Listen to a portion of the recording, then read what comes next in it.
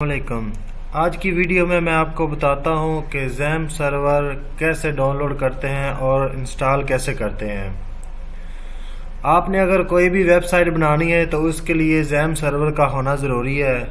उस पर आपका डेटाबेस क्रिएट होगा और आपकी वेबसाइट रन होगी। तो आपने सबसे पहले क्रोम को ओपन करना है और इसमें आपने ज़ैम को डाउनलोड कर लेना है। ज़ैम डाउनलोड, इधर से आपने ज़ैम को डाउनलोड कर लेना है।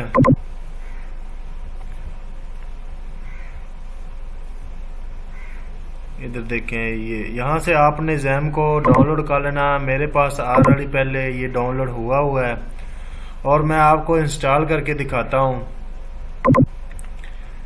इधर मेरे पास डाउनलोड पहले पड़ा हुआ है, डाउनलोड हुआ है ज़ैम।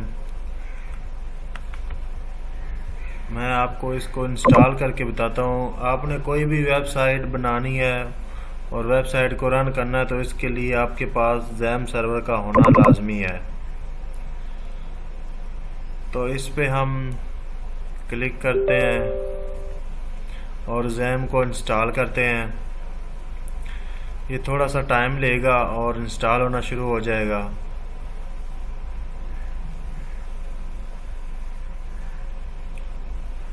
इस तरह का ऑप्शन आएगा, आपने ओके कर देना है और उसके बाद नेक्स्ट करना है।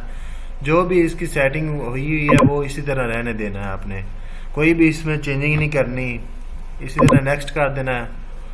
और ये सी में स्टोर होगा, इंस्टॉल होगा, नेक्स्ट कर देना है। और उसके बाद लैंग्वेज इसकी इंग्लिश, आप ये भी रख सकते हैं लेकिन इंग्लिश बेस्ट है तो इंग्लिश सेलेक्ट करके आपने नेक्स्ट कर देना। इसी तरह आपने फिर नेक्स्ट और ये अब इंस्टॉल होना शुरू हो गया है।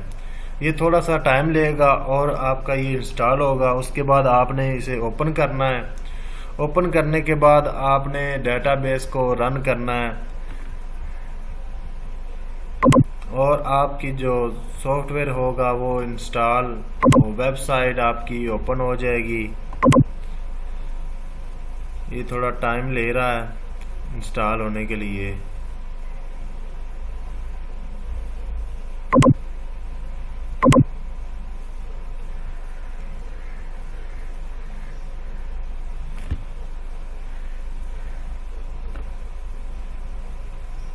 ये थोड़ा सा टाइम लेगा इंस्टॉल होने में, तब तक हम वेट करते हैं।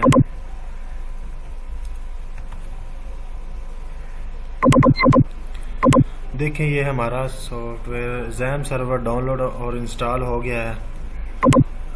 अलाउ एक्सेस पे करते हैं।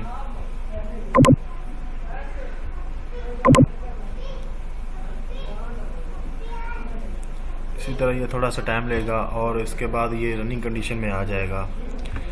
ये देखिए, उसके बाद फिनिश कर देंगे। अब आपका ज़ैम सर्वर ओपन होगा और उस पर आपने जो चीज़ रन करनी होगी वो मैं आपको बताता हूँ। और उसके बाद आप जो भी सॉफ्टवेयर यानी कि जो भी आप कोडिंग करेंगे और उसके बाद यानी कि आप अपनी वेबसाइट बनाएंगे वो आप डिस्प्ले करेंगे तो वो इजीली हो जाएगी। सबसे पहले आपने करना है अपाचे को स्टार्ट कर देना है और उसके बाद MySQL को इंस्टॉल कर देना है। और इसके बाद आपने सबलाइम टेक्स्ट में जाना है। सबलाइम टेक्स्ट में आपने कोडिंग करनी है और अपनी वेबसाइट बनानी है। आप जो भी वेबसाइट बनाएंगे और आप उसे इधर क्रोम पे आए और लोकल होस्ट आप लोकल होस्ट सर्च करें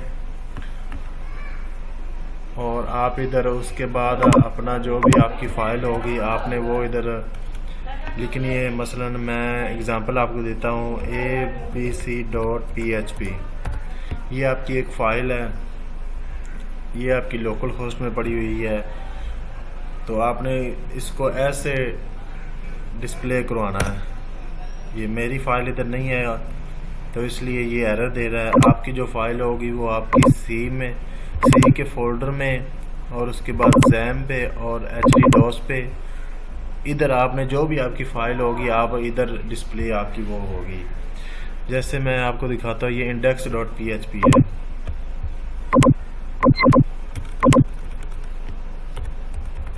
index.php PHP।